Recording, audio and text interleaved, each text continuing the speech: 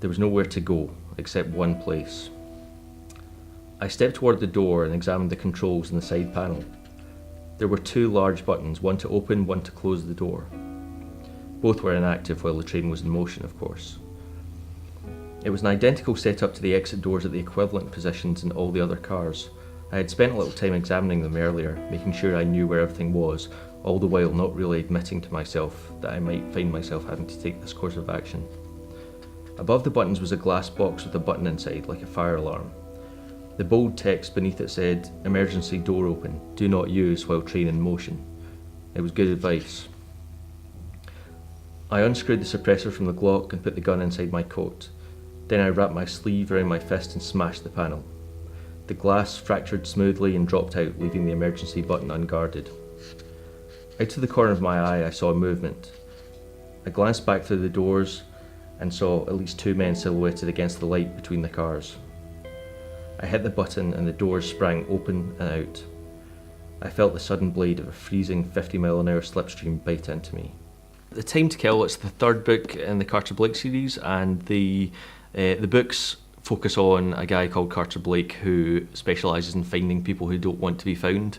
And the first two books, The Killing Season and The Samaritan, establish him as somebody that can sort of go after dangerous people like serial killers that want to stay hidden. In this book, I turn things on their heads a little bit, and Carter Blake is the hunted rather than the hunter, and it revolves around his old employers deciding to track him down and take him out of the action. So I thought it would be interesting to look at how Carter Blake reacts when he's on the other end of the equation. I think in this book you find out a lot more about his character and his history. In the first couple of books there were little tidbits of information about what he used to do and what his backstory is, and in this book you get much more of a rounded feel for where he comes from and why he now does the things that he does. So this is kind of the sort of origin story of Carter Blake, I guess, if that's not too grand a way of putting it. And yeah, that was always a dynamic that had attracted me to it, just to look at how he would react being the prey rather than the hunter.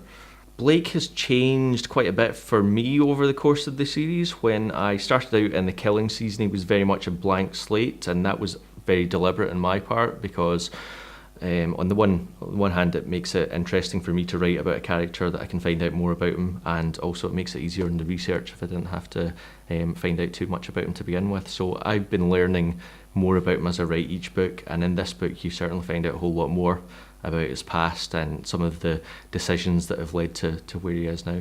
I have a sort of fairly good idea of where he's going to go in the next couple of books, and the fourth book is pretty much done at the moment.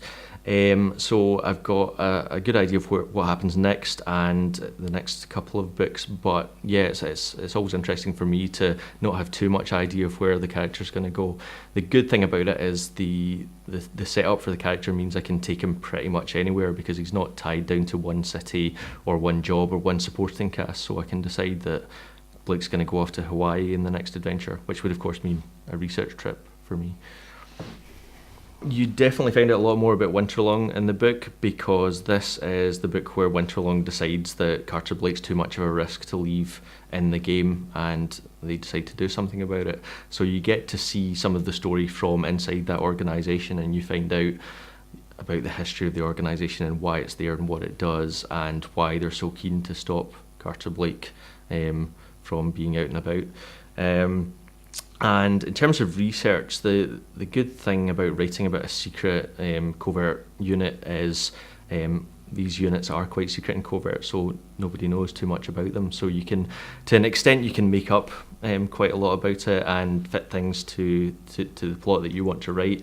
But also there's a lot of books out there about real existing organisations like this that carry out work under the radar. So it was really interesting looking into that and seeing how in the last 15 years of the war on terror there's been much more of a move towards doing things, you know, on the black ops side of things, and what sort of compromises that entails and what sort of negative aspects that can have as well. Aside from Blake, there's a character in the book called Emma Faraday, and she's actually the director of the organisation that's coming after Blake, called Winterlong. And I really enjoyed writing her because she is quite a conflicted character. She's not 100% sure that she's on the side of the angels, and in fact she's not.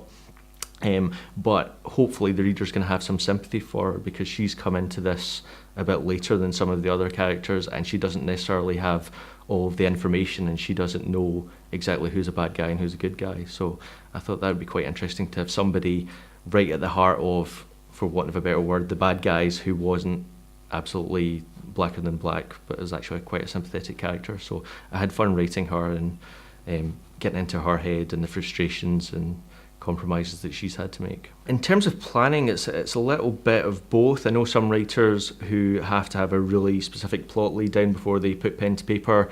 Equally, I know others who can just start with a blank sheet and just write, and I'm really jealous of actually both kinds of writers. I'm a little bit in between. I need to have some idea of where the story's going to go, so I'll tend to sketch out a fairly detailed plot, but in the knowledge that as I write, I'll usually come up with different ways of doing things, or I'll discover that it can't work in quite the way that I'd intended it to, and I'll be able to sort of move from that path. So it's important for me to have a map of where I'm going, even if I don't actually take the exact steps that I've laid down at the outset. How much inspiration did I take from the real world? I think the challenge and the opportunity of writing a contemporary thriller is you've always got material to work with, and I think anybody that's been watching the news over the last year will have realised that the world is a pretty dramatic place. So I think it's unavoidable that you're going to absorb some of that, and some of it will channel into your work.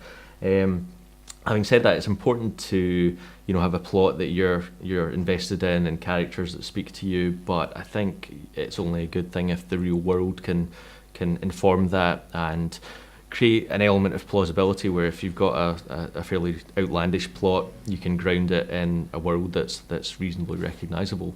And I think, unfortunately, the way the news has gotten so dramatic over the past couple of years probably makes that easier, because it's probably easier to believe some of the things that happen in books like mine.